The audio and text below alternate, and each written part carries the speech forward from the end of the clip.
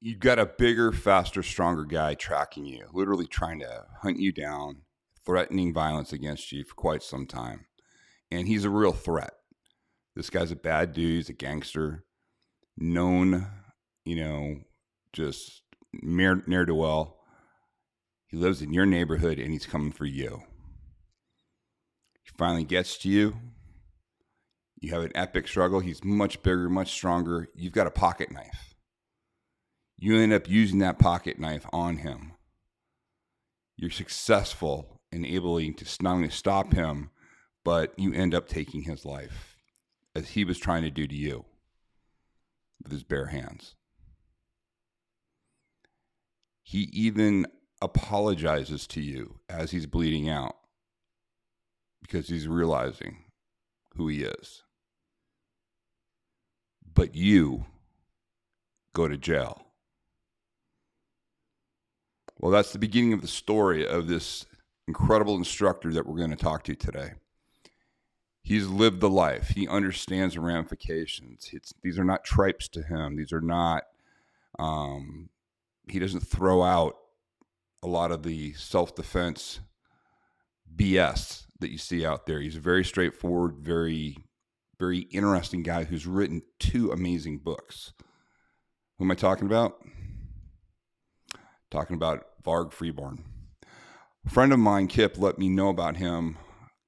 God, it must be over 2 years ago when I bought Violence of Mind. That was his first book. His latest book is Beyond OODA. I know a lot of you, the OODA loop is a big thing. It's very trendy right now in military circles, very trendy in self-defense circles. Varg took a deep dive into the OODA loop and studied Boyd, the guy that came up with it, and all of Boyd's associates. And there's one very specific thing within OODA that he realized was the key element to your self-protection. So make sure, this is a 3-part series, you're going to want to get to all 3 parts. But this first part that we're about to go over, well, it's going to be really, really interesting. And the reason is, it's going to shatter, especially at the very end, a very, very hackneyed saying that everybody says that they say is gospel when it comes to self-defense. And I think you're going to really like it. Now, listen, if you haven't heard of Varg, that's fine. I'm not trying to bring you the most popular people. I'm trying to bring you the best. The people that will actually have been out and dealing with real street violence, the real threats that you're going to face. People that understand penitentiaries, people that understand what real violence means and how you respond to it and why you want to respond in a certain way and why you need a strategy, a self-defense strategy. That's self-defense. Tactics are learning to use tools, knives, guns, all of that, punching, kicking, all of that, grappling. Those are the tactics that we use to protect ourselves. But if we use them wrong, and there are things to consider that Varg brings up, not going to work out great for you. All right. So with no further ado, Varg Freeborn. Varg, welcome to the show, man. It's been a long time setting this up. Yeah. I'm glad to be able to do this. It's sometimes hard for a couple of busy people to match their schedules up and make things happen. So it's really cool to be able to finally get this to work, and here we are. So thanks for having me on. Yeah, man. I was just telling you before we went on air, my friend Kip recommended your book to me, and I wasn't, I'm just be really honest, I wasn't aware of you until that point. And I guess it must be almost 2 years ago at least.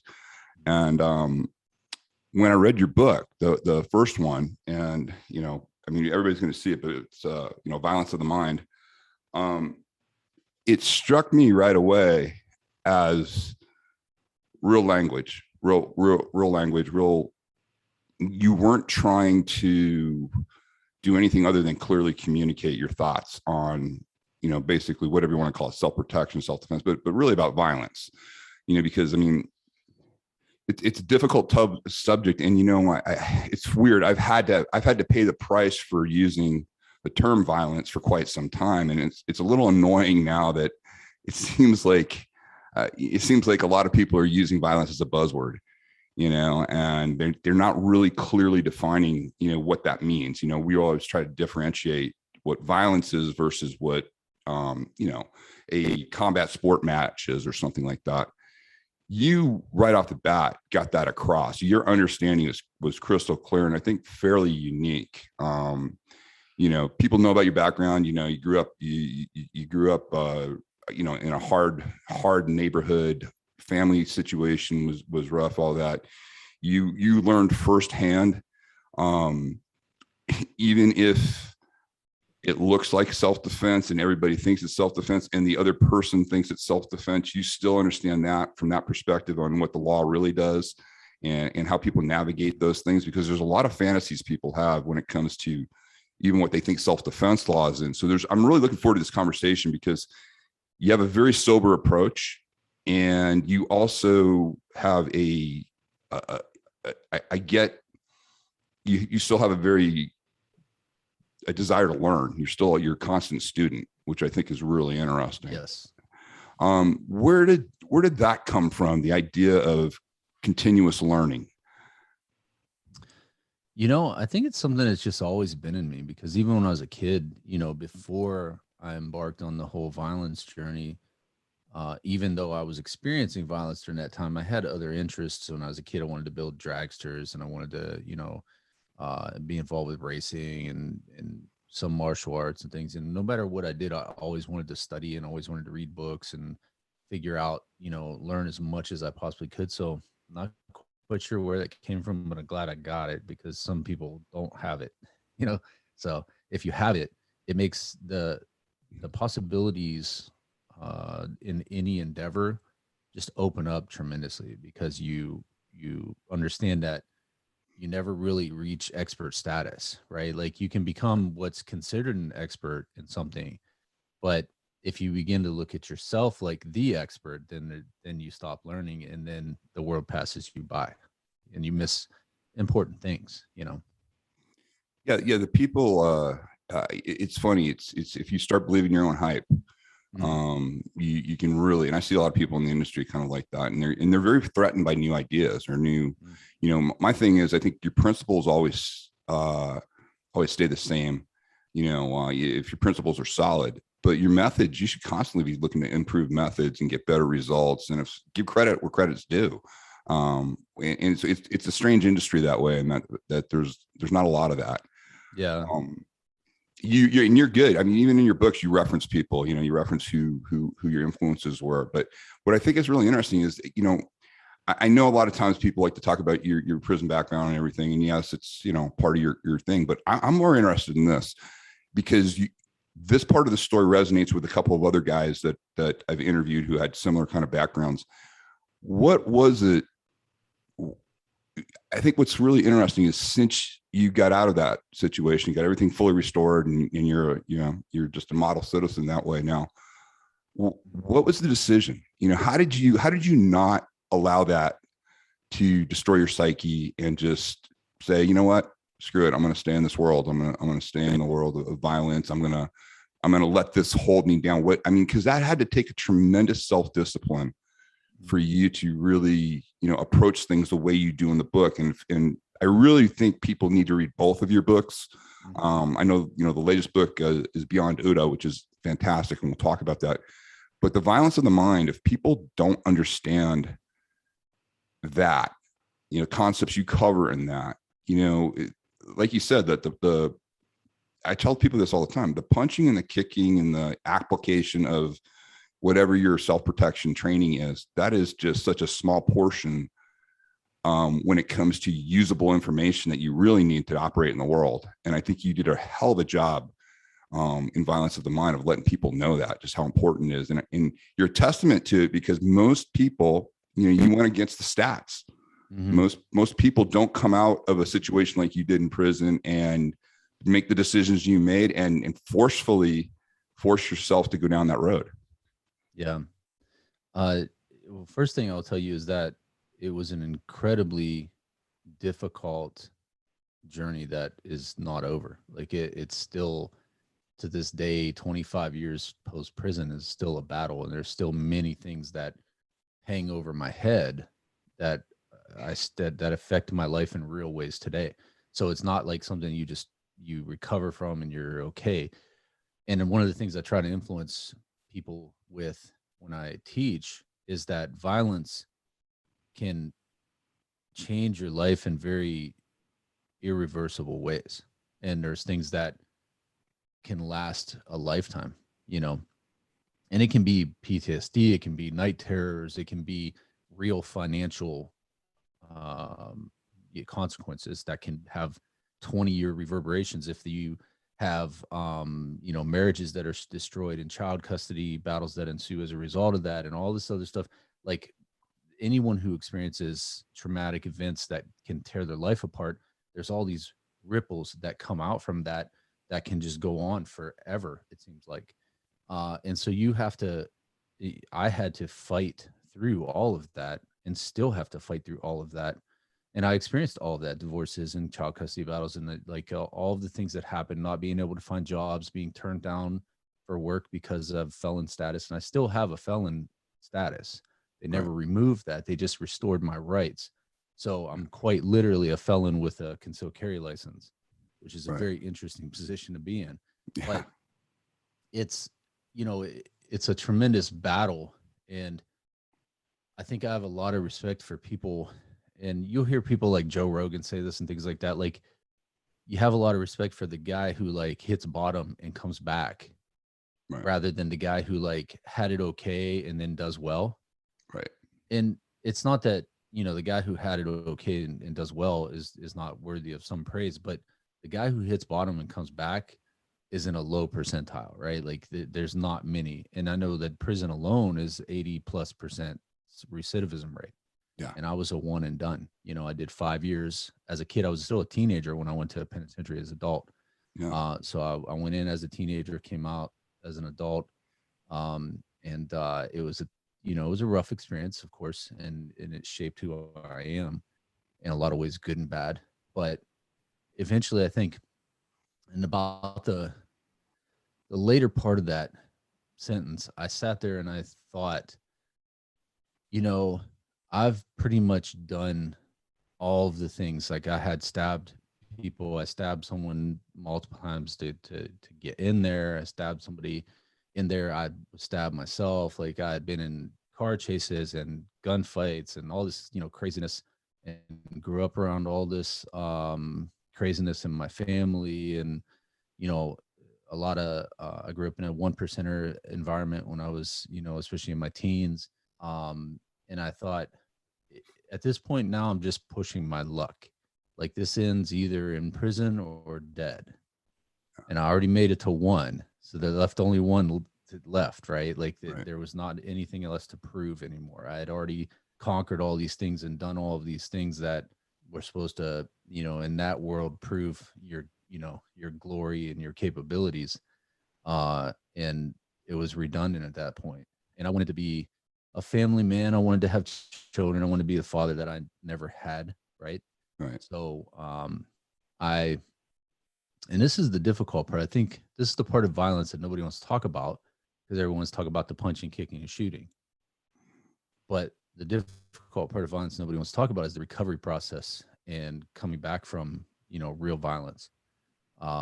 And I think part of that problem for me was, like, for example, when I made a decision to do that, I was a very aggressive man, very aggressive male. Like I was 19 years old, went into the adult penitentiary system. The penitentiary system is very cruel, extremely cruel, and it's more psychologically cruel than physically cruel. I had to come out of that and decide, okay, I'm going to enter society and go to school, get a career. I went to trade school, get a career. And I have to put up with all of these things that happen without responding in the ways that I was used to. So I came from a world where disrespect brought about immediate consequences. Right. And not only where I grew up, but definitely prison. Like you definitely had immediate, or worst case scenario, delayed consequences that you don't know when they're coming, but they're coming. Right. But there were consequences for your behavior, for your disrespect, for your, lack of manners, things like that. And I got to come out into this world society, which is less well-mannered than in prison, right? In many ways, because there's no consequence. People can say whatever they want, especially with social media nowadays. They say whatever they want, do whatever they want. There's no consequence. They're destroying people's lives, attacking their jobs, attacking their livelihoods, canceling people out, and there's no consequence for these people.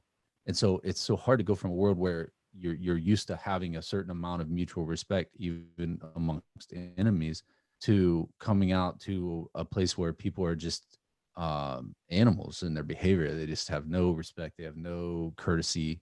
There's no, and there's no camaraderie. And so dealing with that part, I think I became too passive. Like I had to shut the animal nature in me down so hard that I became too passive, and I allowed people to run over me for the first few years that I was out.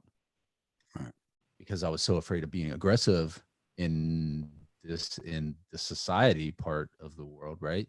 That I had shut that down so hard that I had, detrained myself, and I actually de-escalated myself too much. And so then I suffered for that because I let people run over me. And then coming back from that, trying to reassimilate myself out into the world and not keep myself so repressed. So I started to train again. I started to go to martial arts, MMA, boxing, jiu-jitsu. I started to train in the weights again because that was a big part of where I was locked up at. And so over the years of bringing that back out, and then when I was able to get my restoration, then I was able to come into the weapons training part of it, which is what I have more experience with. And that kind of put it together for me, but it's still a struggle. It's still a struggle to this day because I have tendencies sometimes of like, man, I'd really like to snatch that person's lower jaw out of their face. You know what I mean? Right. And I'm like, and now I'm getting older and I'm like, I'm probably not the ass kicker that I think I am still. Right. So I need to tone it down even a little bit more, but it's a balancing act, right? And when you've come from that atmosphere, it's like I've talks with my combat veteran buddies that have to do the same type of process, dial it back, but not lose themselves in the process of who they are now from experiencing this savage environment, and doing things that are just not common in the world, and then coming back to this world where people just don't understand that, and then you got to balance that out. So that's the difficult part of it. And anybody that does it, that's the respect they need. They deserve respect for that part of it more than anything else, I think.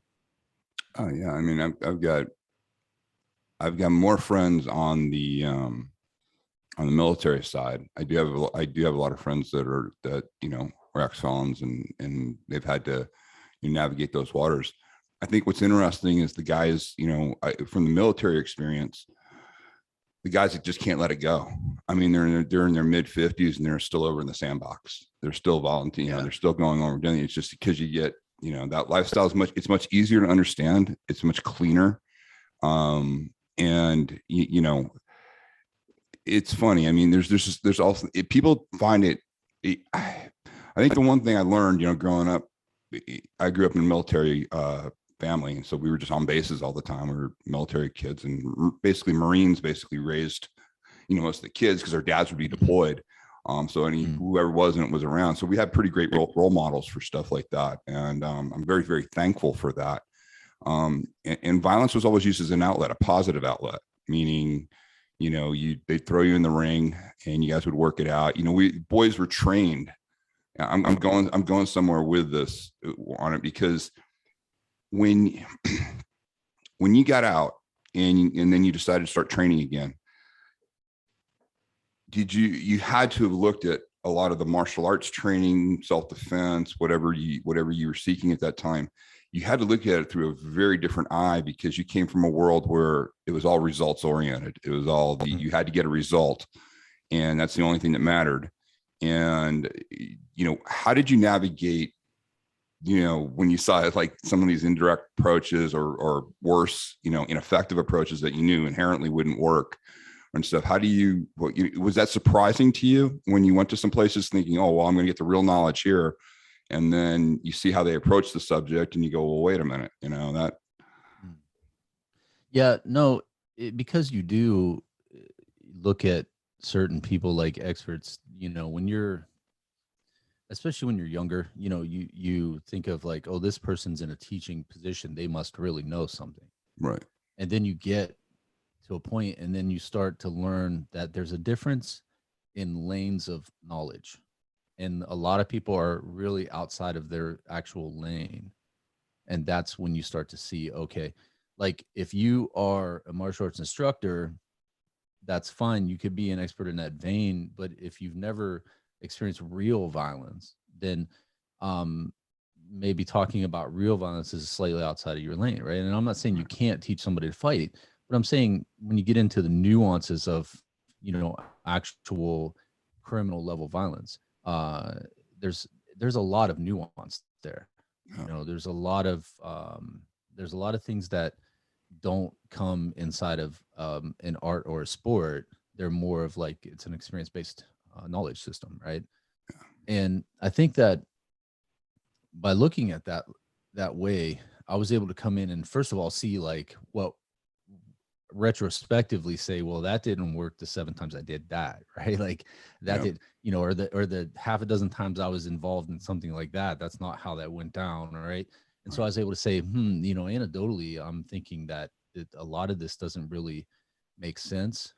So I could retrospectively look back and apply that to what I was seeing in front of me currently.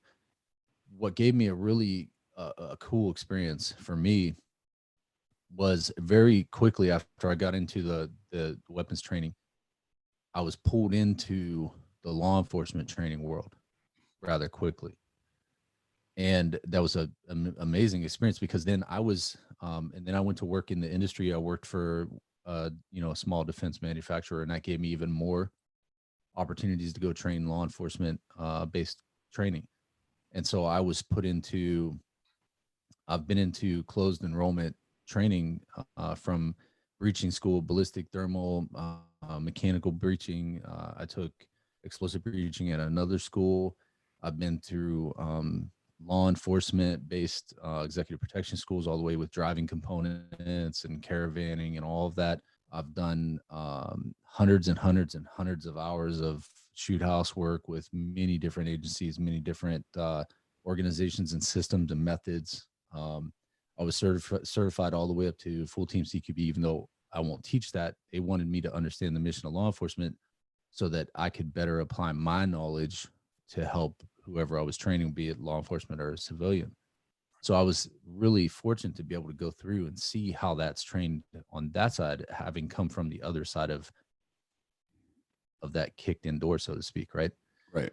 So when I got to see that, I was really able to put it together in ways and understand like after 5 years of moving through what I would consider one of the most dangerous structures in the United States, right? If you're walking through the corridors of prison, and back in the 90s, early 90s, this was, if you look at the crime wave, 85 to 95 was the peak of violent crime in the United States. And we were down almost 50% of murders from that point in time. Like if you look at 85 to 95, we have about 40, 50% less murders, in the last few years than back then. And by the mid 90s, all of those people ended up in prison, and the prisons were overflowing. It was an overcrowding problem. It was a big crisis back then. And that was when I was locked up. So it was a very violent time inside. Um, that was the Tupac era of, of thuggishness, right? And it was Right. very like the violence had peaked very, very high, and it was thick, right? And so when you're in a situation like that, you're moving through those corridors, and there's no cameras back then. There was there's parts of the prison where there's no cameras, there's no guards, there's no one to hear you scream, probably because they have one guard that's one floor up and 75 yards down that way, right? And Right. so bad things would happen. So when I go into a shoot house class and I see how they're moving around corners, and they're soft breaching and hard breaching, and creating arcs through to see as far into rooms without going in and breaking the threshold, all these different techniques. I'm thinking we developed these naturally just based on our environment. Like you just didn't go turn button hook in a corner, in condition white, just, it just wasn't something that you do, because you knew like that's when bad shit happens, right? So you soft breach a room, or you walk around, look what's in there, try to see as much of it as you can before you go in. You feeling out the room, feeling out the vibe, right? Trying to figure out where everything's at. All these things are naturally developed. And then I'm coming from a situation where those are naturally developed through necessity, and into a world where they're trying to artificially implant this into people, manually. Right. And so there was a very interesting experience to see, the transition from having lived in that type of a mental condition for nonstop for 24/7 for 5 years, and then seeing people who come from mostly lifestyles where that is nowhere near necessitated to be in that condition at all, right? Like, and most of the people in law enforcement and civilians training with weapons, these are people who can pass a background check. They've not had like a real extensive violence experience. They mostly have moral systems that are not on a sliding scale, Right. like you will find in a prison, right? And so these people have a hard time adjusting. And so that was my big challenge, was looking at that and saying, okay, this is what I see. This is the gap. Of course, there's a big gap, and there's a lot of bullshit that's taught in the industry. That's for real. I think, Yeah. I won't say a number, but it's high as the amount of stuff that's just nonsense, right? But the real challenge, I think, is to look for guys who are experienced, either coming back from war theaters or years on the streets, or wherever you've been, and you're trying to teach people, is to look at these people who are not conditioned, their orientations were not conditioned in these environments, and then trying to develop ways to get them, their orientation, up to speed, so that they're in this is their cultural inputs, their value systems, their personal moral compass, their confidence in what they can do. All of these things makes up their decision making. And so if you can start to manipulate those factors properly, their decision making then becomes much better under stress, and when they need to be relied upon. And so that was the challenge that I really seen, aside from like wanting to beat down the BS that I seen out there that just was nonsense, right? Well, yeah, it can get people killed. I mean, the what's hard is it's hard for the uninitiated, the people that haven't experienced, backgrounds like that. And of course they get caught up with a lot of falsehoods, and they get caught up with a lot of guys. I don't think at time I don't think they're trying to be disingenuous. I think they're actually talking from their own perspective, but I don't think they realize, talking to an uninitiated person and giving a story or giving a background that worked in a highly controlled environment, that you had, be it military, law enforcement, or whatever, to the single civilian coming in, it's weird. There's a weird dichotomy going on in the industry right now, where we've got a lot of guys coming back, and hey, there are a lot of good, I got to be very clear, there's a lot of good people coming back that are teaching good stuff. But there's also a lot of people there's a lot of hero worshiping right now. And there's a lot of popularity contests going on. And I don't mean it from a bitter standpoint, like, oh, everybody should, go see me or anything. I don't mean it that way at all. I'm noticing young men, in our society right now, are just starving for any sort of experience in males. And they're gravitating to these types of individuals that are going, and they're thinking they're getting the one size fits all, you got to do jujitsu, you got to do this, you could stack it up if you just watch social media. Mm-hmm. And yet nobody's talking to these kids or these young adults, these young men, about what you're talking about right now, which I think is far more important. You have to understand human nature, and you have to understand, that's what I really got from your books, where the idea, like, even as you're talking about going through, I think, a shooting evolution at one point, and just what was interesting was your approach to it. Like you said, it wasn't a surprise to you, the way to do these things. It's actually, where you came from, it was a necessity to operate like that. So you picked it up quicker than you thought, Yeah. And I think you bring a very unique perspective that way. And listen, to me, combat sports are great. I love it. I'm here in Vegas. I love, I got a ton of friends that are in the UFC. I like going to events like that. but when it comes to talking about violence, like you said, it doesn't necessarily end at the act. So say best case scenario, you win the fight and you get away and you don't get prosecuted or anything. Doesn't mean it's over. I mean, who is that guy? Who are his affiliations? Stuff can follow you if you don't read things correctly. And if you don't avoid the avoidable, if you end up willingly participating in some things. And I think that's some of the dangerous stuff I see being taught out there is they're teaching these guys to willingly respond to something that doesn't need a response, Yeah. And you're very sober in your approach to stuff like that because you understand the ramifications of that. And I think also if you could also, sorry, I'm just kind of getting ahead of myself on this, but I want to bring this up. I think another aspect that's been interesting in your career is you were able to work for an attorney. And you've seen things, you experienced the legal system, but can you talk to the effect of, you said one of the most ignorant things anybody can say is I'd rather be judged by 12 than carried by 6, and I couldn't, that resonated with me so hard because I've had personal experiences with problems like that and idiots like that. And can you talk about that and what people don't understand about if you have to use violence, there's a lot more to it than just whatever you're physically doing to the person. Yeah, absolutely. And what I think about most when I think about the rather be judged by 12 than carried by 6 statement is that it's a lazy statement. It's a lazy mindset. And what I mean by that is what's involved in violence.